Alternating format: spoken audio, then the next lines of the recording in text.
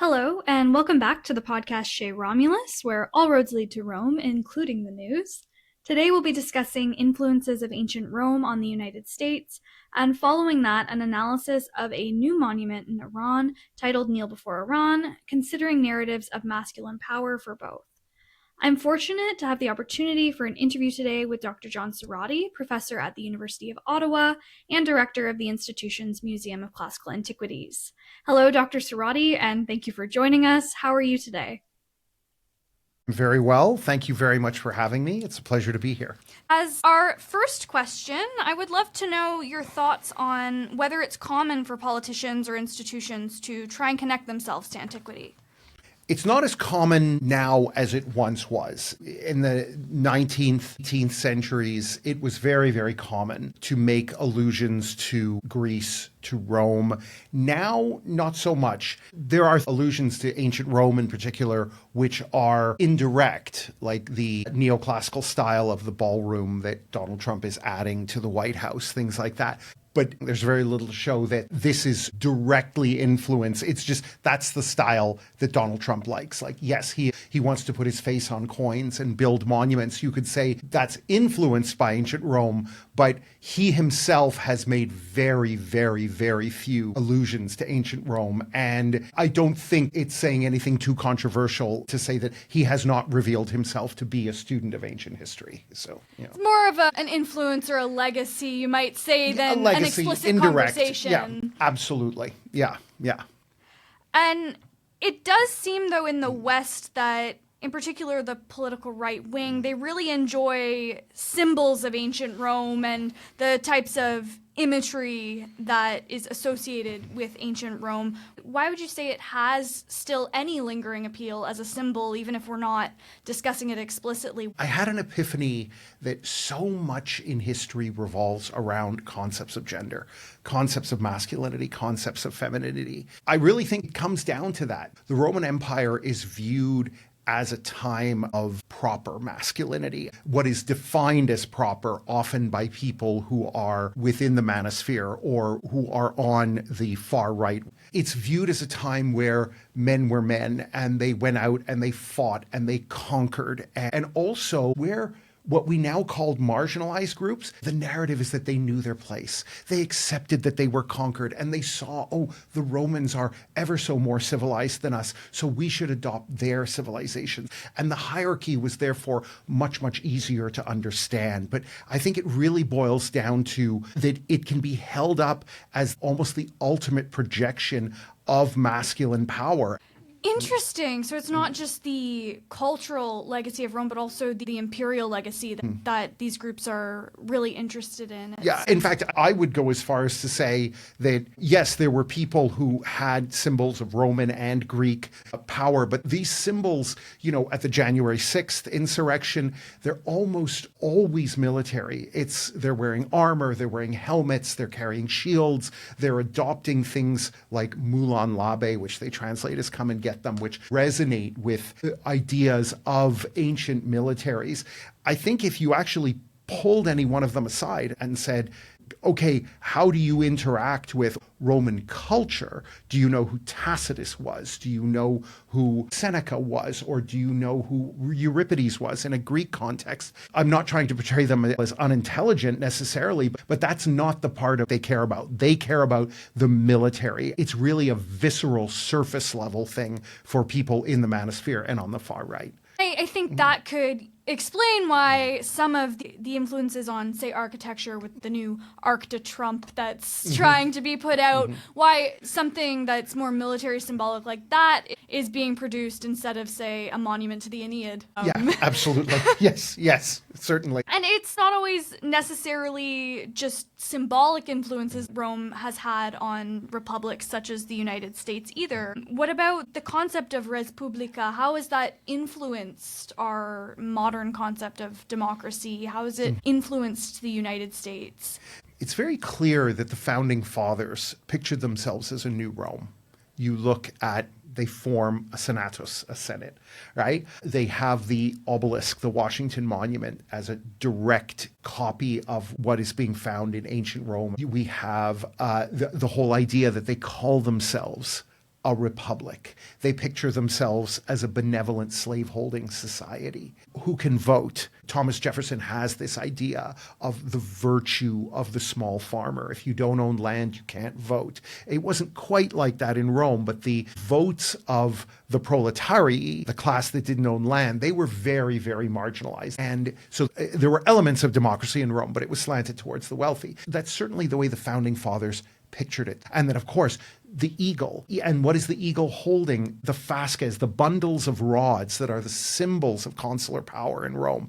There's so many allusions to Rome in the early United States, but it gradually shifts. The idea of the small farmer voting, that becomes very Athenian. The idea is that we are the inheritors of the Athenian democracy, and that what the Athenians got wrong, like not giving women the vote, we have righted that. So we see this shift, and they move away from the concept of res publica, more to the idea of almost a radical democracy, that everything should be democratic, and more things are brought to the vote in the United States, and we see more plebiscites, more referenda in the United States than in most other countries. The United States definitely starts off with Rome in mind, but then they definitely shift towards Athens. Rome is making a comeback now, but definitely not in a democratic sense.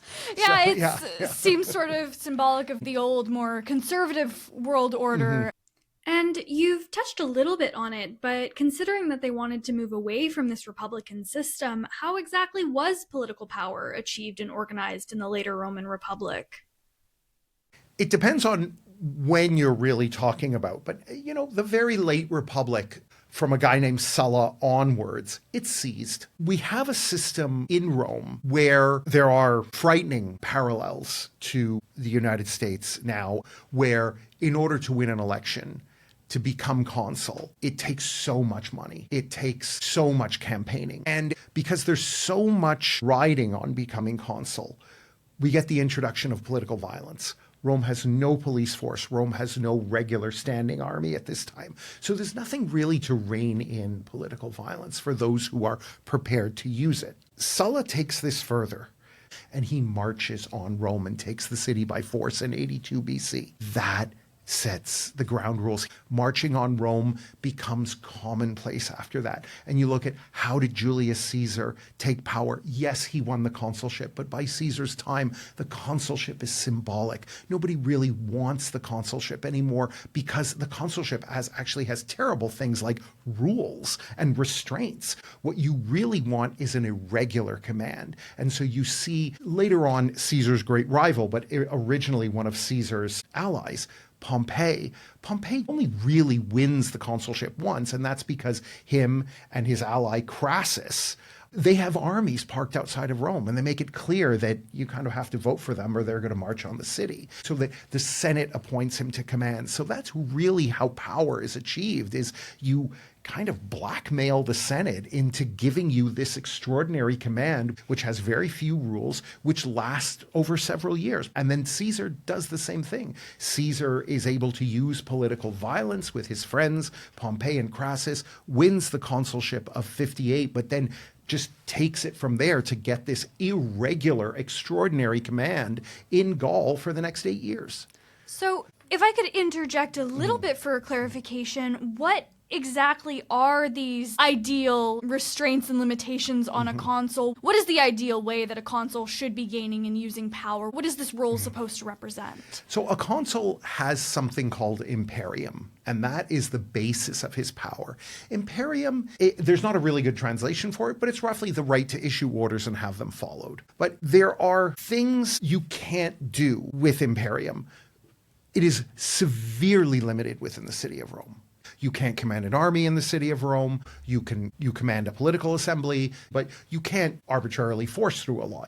In the field, you have a little more action because it's basically a war leader. You can order troops to do things, but you're normally given what's called a provincia. It roughly means area of military command.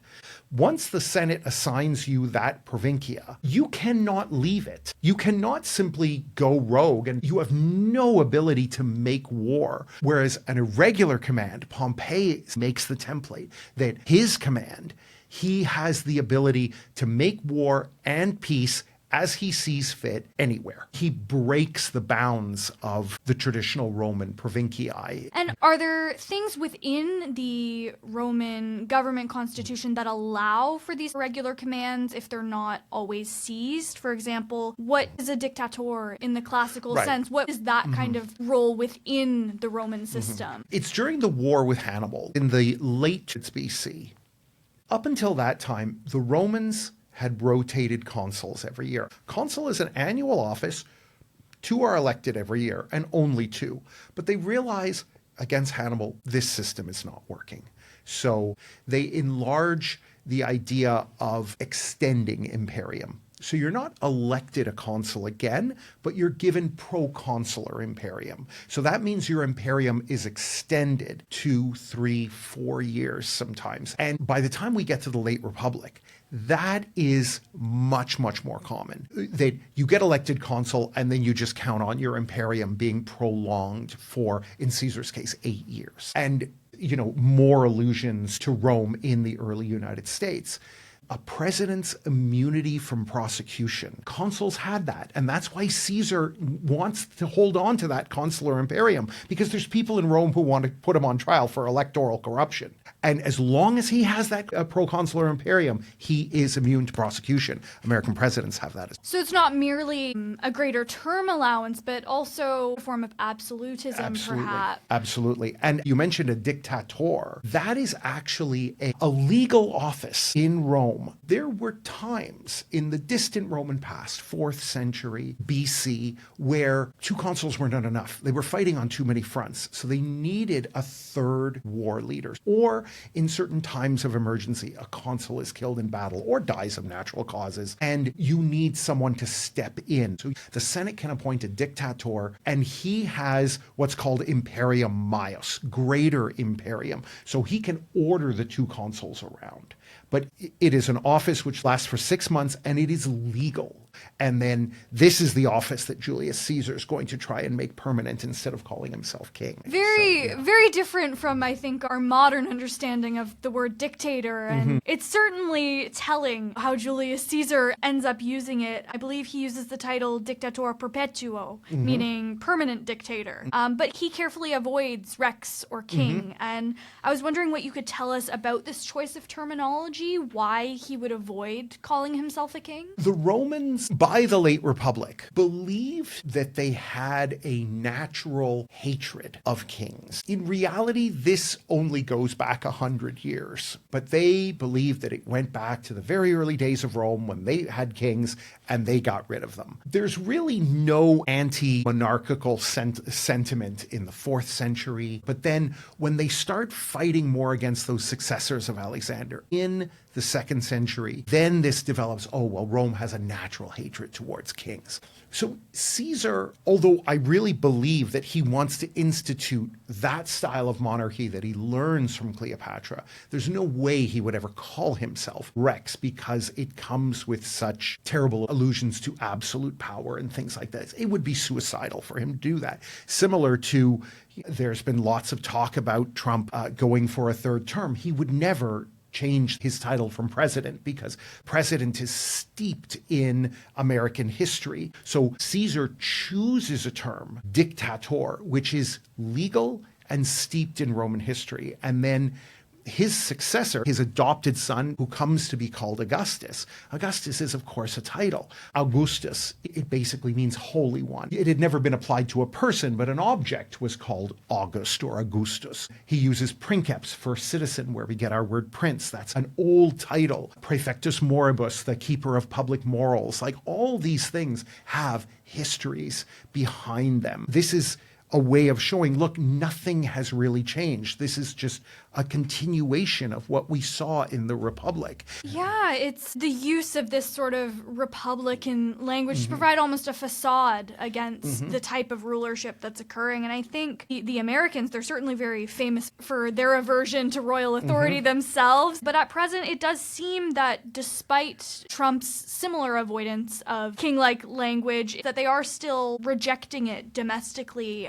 Wondering what your thoughts are on the No Kings protests since since Trump's second term began. I think there's a strong sense in the United States that there are dangerous things which are happening where the presidency is seizing a lot more power. Now, it would be incorrect to say that this started with Donald Trump.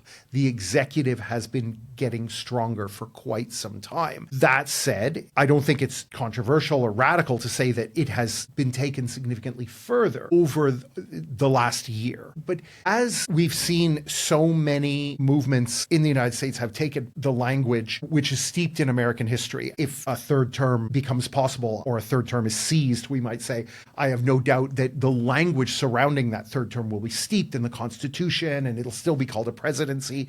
Very similarly, the people who are against this, they as well are taking language which is steeped in American history. The idea of no kings, the idea that this is not what our founding fathers intended. So I think it's fascinating that both sides invoke the founding fathers, but in very, very, very different ways. They both have different pictures of what the founding fathers were. And quite frankly, I think they're both inaccurate because the founding fathers were slaveholders. The founding fathers believed that people without land shouldn't vote. They believed that women shouldn't vote. And it was a very, very limited democracy. There's this contrast, it seems, between using the plausible deniability of founding language to assert that, no, don't worry, there's no kings. But then on the other side, you have the idealism of what America represents, and perhaps it didn't fully represent in the past. And it makes me wonder how, despite Julius Caesar avoiding the title king, those in ancient Rome also contested and had their own conflicts with his rise to king-like power. In fact, we've just passed the Ides of March, the 15th, which is quite an important anniversary. And so I'm wondering if, in that spirit, you could tell us a bit about the domestic opposition to Caesar's rule. I do bristle at comparisons between Julius Caesar and Donald Trump. As we said, I don't think it's saying anything controversial to make the point that Donald Trump has not shown himself to be a student of history. That doesn't seem to be something he's very interested in. And there's a danger in aggrandizing, I think, in assuming a level of knowledge and absolutely Machiavellianism that perhaps isn't there. But because Julius Caesar, he wrote a tremendous amount, and one of the things he wrote, which survives in fragments, is something called the De Analogia. It's a book on Latin grammar.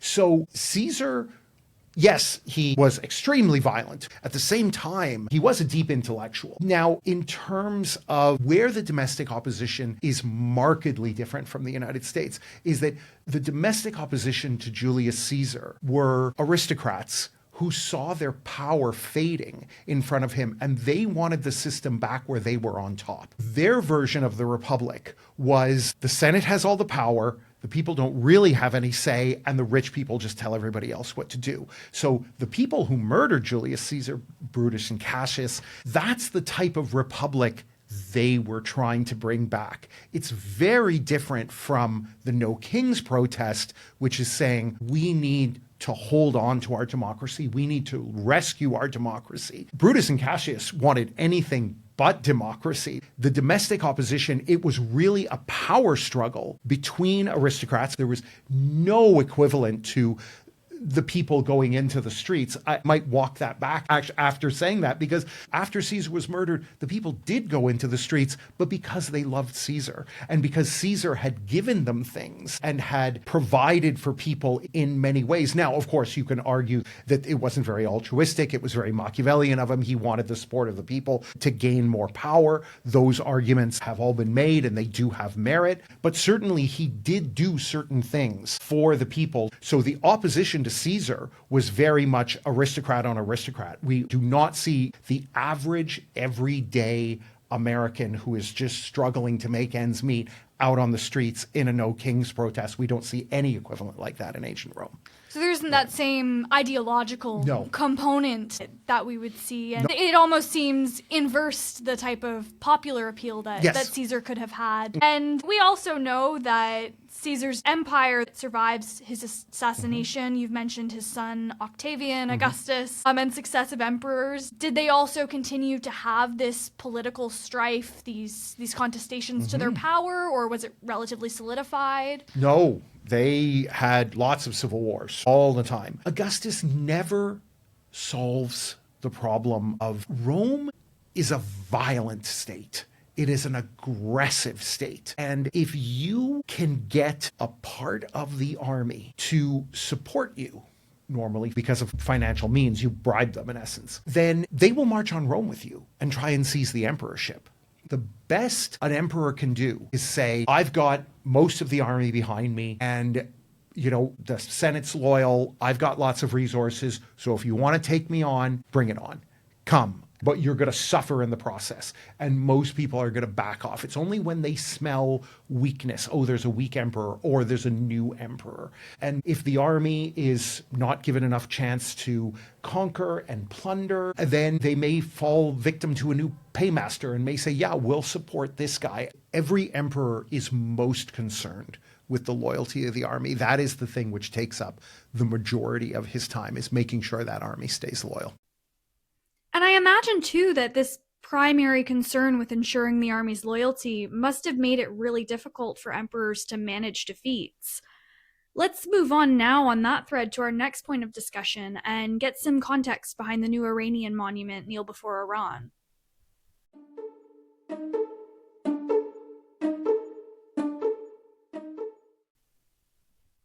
In antiquity, the region we know today as Iran was a longtime military adversary of ancient Rome, and we know that the Roman Empire suffered a lot of defeats, waging war in the 3rd century CE especially. Can you tell us a bit about the challenges that Rome faced during this time of war, including how that might have impacted military loyalty?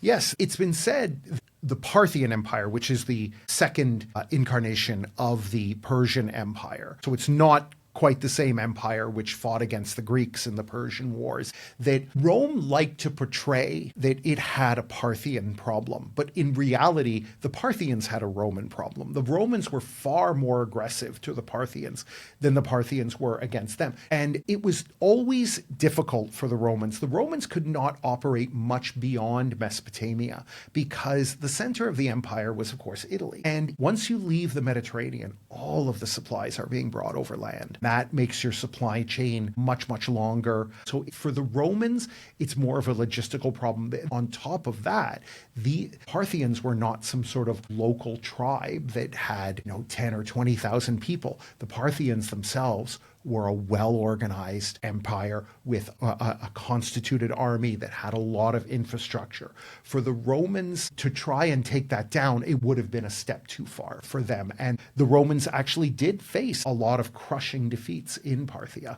I think that certainly helps to explain why they were struggling on these campaigns, but could you perhaps elaborate a little bit more on the motivations for such campaigns, knowing the kinds of logistic issues that they were facing? Is it tied back to this idea of virtus, of wanting this sort of masculine pride? Why go on such costly and difficult campaigns if it is a threat to Roman power? I think it has a lot to do with virtus and that projection of masculinity. The emperor always has to prove himself the most masculine. He is supposed to be seen as the manliest man in the entire empire. And going to war is the ultimate display of masculinity for the Romans. Roman emperors are often looking for campaigns, particularly at the beginning of their reign. As we said earlier, the army might be unstable. You want to stamp your authority on the army. But then there's the extra added feature with Parthia, Alexander. Right? The Romans mythologized, romanticized Alexander the Great. By this time, Roman emperors have this idea of empire of the world. Imperium mundi is what they said, right? So they have this. Alexander also had that because the Persian kings originally had that. The idea that the Greeks in the Persian Wars, they simply referred to the Persian king as the king. We often translate that as great king. Alexander really wants to be seen as a successor to those Persian kings. Then certainly Caesar has that in mind. So that idea of universal kingship gets transferred to the Roman emperors. So when you can wage war against the Persians, you are marching in the footsteps of Alexander, and you are saying, I deserve to be at the top of the hierarchy. Not only am I the most masculine and I'm projecting my virtus into the Persian Empire, but Alexander was romanticized as the great unifier of peoples. And so I deserve to be at the top of this unity because I have inherited my power from Alexander. Sort of an affirmation of their legitimacy via this military success, which is great if you're successful, but that doesn't always seem to have been the case, especially as they kept receiving all of these defeats in the 3rd century. I'm wondering what that can tell us about the king Shapur I. Around modern-day Iran, after the Battle of Edessa, he captured the Roman emperor of the time, Valerian. And I'm wondering if you could tell us a bit about this event, how it would have impacted not only Valerian's image as emperor, but the idea of Roman imperial power as a whole? Yes, it has a huge effect both in the Parthian Empire and in the Roman Empire as well. With the Parthians, they make great propaganda out of this because the Roman emperors still have that mystique about them, that this is Rome, this is an empire which has been around hundreds of years, and you've now not only defeated that empire, but you've captured an emperor. That's massive. And so we see he does make statuary, seals, coinage of the submissive Valerian. Oftentimes, it's not on all of these, but you've got the captured Roman standards and then the submissive Valerian in front of Shapur, who is on a horse. This idea that, you have defeated what is now the great king. And on the Roman side of things, the idea of the emperor as the most masculine has really been declining in the 3rd century because we get that it's an era of civil war. There's lots of people marching on Rome, and that the citizen class has become so well off that we don't get that same drive to serve in the army. So the idea that the Romans themselves have abrogated their own masculinity, and that gradually in the East, the Parthians are showing themselves to be more masculine than Roman. So the defeat of Valerian in 260, it really, really was a knockback for the idea that the emperor is the most masculine and that the Romans themselves are this hyper-masculine warlike people. That is really on the decline, and it almost sends it over a cliff after the Battle of Edessa. And you mentioned that the Parthians, they made a lot of propaganda about this. How would the king have marked this kind of achievement? What sort of commemorations or celebrations would have been used to cement this as not only a Roman defeat, but a Parthian victory? As I said, he certainly propagandized the victory through statuary, through coinage. There is some evidence to say that the Parthians, that they in some ways imitated the Roman triumph and had triumphal processions, that the king, Shapur, really used this as symbolic of his power, that now he had defeated not just an emperor, but the emperor of what was once the greatest state on earth. And now can that title be transferred to Parthia? And then certainly the Parthians, from what we can tell from their imagery, they do seem to be aware of this previous Persian Empire that was brought down by Alexander the Great. And this idea that Ran, which is a term for the land which goes back thousands of years, that it was a great state and was a masculine state and it was a conquering state. And this defeat of Valerian now proved it. Shapur puts forth the idea that we have arrived. The Persian Empire is reborn, that we are back. And just as they were drawing on this idea of ancient victoriousness, masculine achievement, it seems that there's still a place in historical commemoration for this in Iran today. Just last November, the new monument, Kneel Before Iran, was unveiled in the capital city, Tehran. And the bronze statue depicts the vanquished Roman Emperor Valerian kneeling before Shapur, who's on horseback. Looking at the image of the statue here, Dr. Sarati, would you be able to offer any insight about the historical iconography of the statue or how it would draw on historical styles from the period?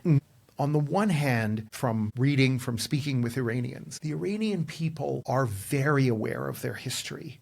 They're very aware of their Persian culture, their different language. They see themselves as a people that can trace its history, its very clear history back perhaps even 5,000 years. At the same time, the tension is that Iran is an Islamic country. So things which happened before Muhammad are often very, very downplayed within Islamic countries. History really starts with Muhammad. But before that, given the same importance in many Islamic countries, often is that recollection of ancient Persia, of ancient Parthia, even though it is pre-Islamic. And now we see with the statue, Kneel Before Iran, that this is being taken to another level by the Iranian government. Specifically, I think they are making a lot of classical allusions because they really have to cherry pick a point in history where they were clearly superior to the West. Now,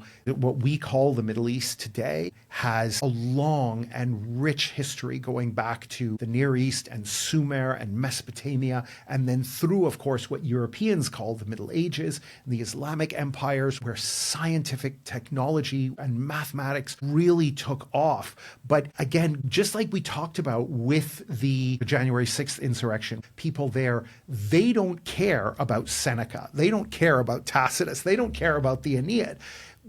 The Iranian government, it's much harder to say we were doing complex math. That's much harder to illustrate, and they don't care about that much. Give us the military victory. So it's very much, again, we return to this idea of masculinity, and where can we show we are more masculine than the West? Shapur, Edessa, 260. We can hang our hat on that. Yes, we've got amazing scholars, amazing mathematicians, amazing libraries, but those are not considered to be hypermasculine things. Where are we going to find this? We're going to find this in war. And that is why they choose that time, because again, we even still to this day, we have that equation between war and masculinity.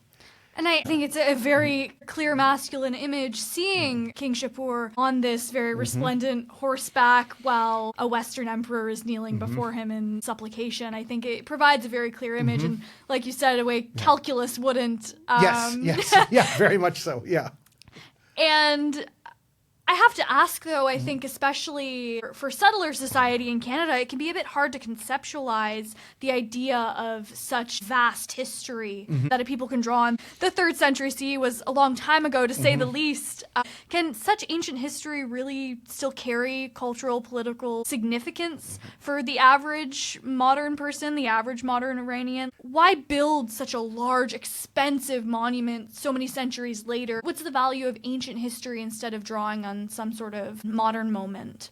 I think because now we're living in a period where the United States and Iran have been in opposition for a very long time.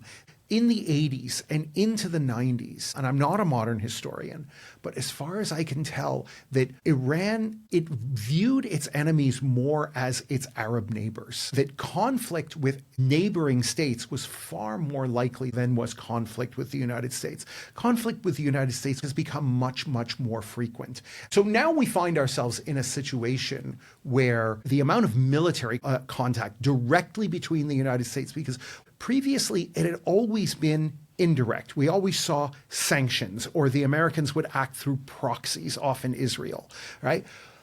But now we see direct American intervention. We see direct rhetoric and talk about war on Iran. And that's why I think Iran is far more zeroed in on the United States than at any other point in their history. And I think that, more than anything, explains the Kneel Before Iran statue. That's why they chose that moment, because this is not a local neighbor. Valerian in that statue is symbolic for the West. I think, as we've discussed earlier, even if they're not always explicit, the United States does have many allusions to ancient Rome, and they are very influential influenced by it. So I think it makes sense as symbolic of the Western conflict with Persia, Iran, Parthia. I think we definitely have a lot to think about thanks to this discussion. I know I've learned a lot. My sincere thanks, Dr. Cerati, for your time and sharing your expertise. It has been my great pleasure. Thank you so much for having me. Likewise, it's been a pleasure meeting and speaking with you. Thank you very much. Thank you.